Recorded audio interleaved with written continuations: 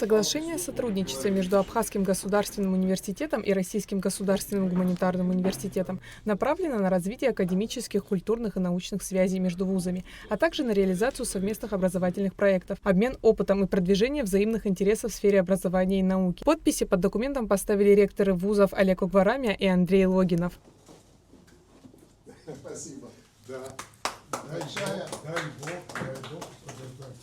Открывая встречу, ректор АГУ Олег Угварамия отметил, что среди обсуждаемых вопросов главные темы прогнозирования, мотивации вуза и общенациональной мотивации. Ректор науки и образования Московского университета в Абхазском университете. За это время проведено очень много различных мероприятий, научных, методических и так далее. И в рамках этого центра создали лабораторию социологических исследований.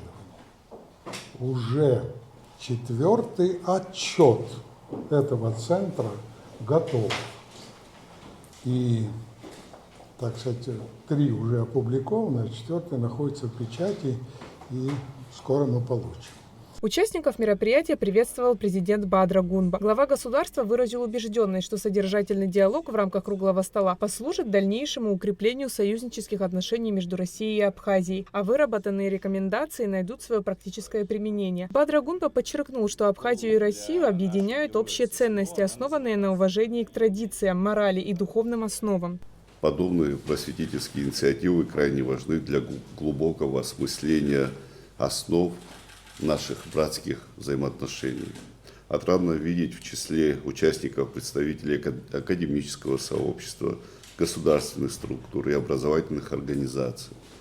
Ваша экспертная работа направлена на укрепление духовных и культурных связей между Абхазией и Россией, заслуживает самой высокой оценки. Важно говорить о том, как передать эти ценности молодому поколению, которым предстоит сохранить и развить уникальный опыт абхазо-российского взаимодействия. Начальник управления президента Российской Федерации по вопросам мониторинга и анализа социальных процессов Александр Харичев отметил, что опыт России в сфере социального управления может быть полезен для Абхазии. Спикер выразил готовность к совместной работе в этом направлении и рассказал о понятии и содержании социальной архитектуры. Также было сказано о трендах России в области социального проектирования. Простые политические проекты никого не интересуют в России на сегодняшний день. Никакие политические акторы и партии не выигрывают, если они не действуют по схеме «было», «стало» во время кампании и «будет завтра». Если во время кампании партии или лидер не совершили каких-то действий, которые приносят людям ощутимую пользу, то он воспринимается как неэффективный менеджер или неэффективная организация. И люди, в общем-то, довольно холодно относятся к таким политическим акторам. Поэтому в России сегодня очень актуальна тема социального проектирования, социальных проектов, реализации их, в основном по решению каких-то социальных важных для людей проблем. Александр Харичев упомянул о платформе «Команда Абхазии», о пользе и важности реализованных проектов. Говорили и о проектах, которые направлены на решение социальных проблем, например, от корпорации «Росатом». Значит, «Росатом» придумал этот проект, который заключался в том, что они, стали повышать квалификацию этих педагогов. Второе, они стали специально подбирать и готовить этих педагогов. В-третьих, они дооснастили все эти школы нормальным оборудованием. В-четвертых, они устроили кучу разных олимпиад и конкурсов для этих школьников.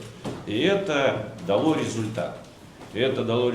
Уровень образования там серьезно повысился. Андрей Шутов, декан факультета политологии МГУ, говорил на тему концепции государства цивилизации, новых возможностях для диалога и сотрудничества. Исследования показали, что цивилизационный код русских и абхазов очень близок. Это не просто результат совместного проживания в качестве соседей, а итог совместно пройденного исторического пути. Мы помним, и я лично помню, как абхазский народ побеждал, тяжело, трудно побеждал в Отечественной войне.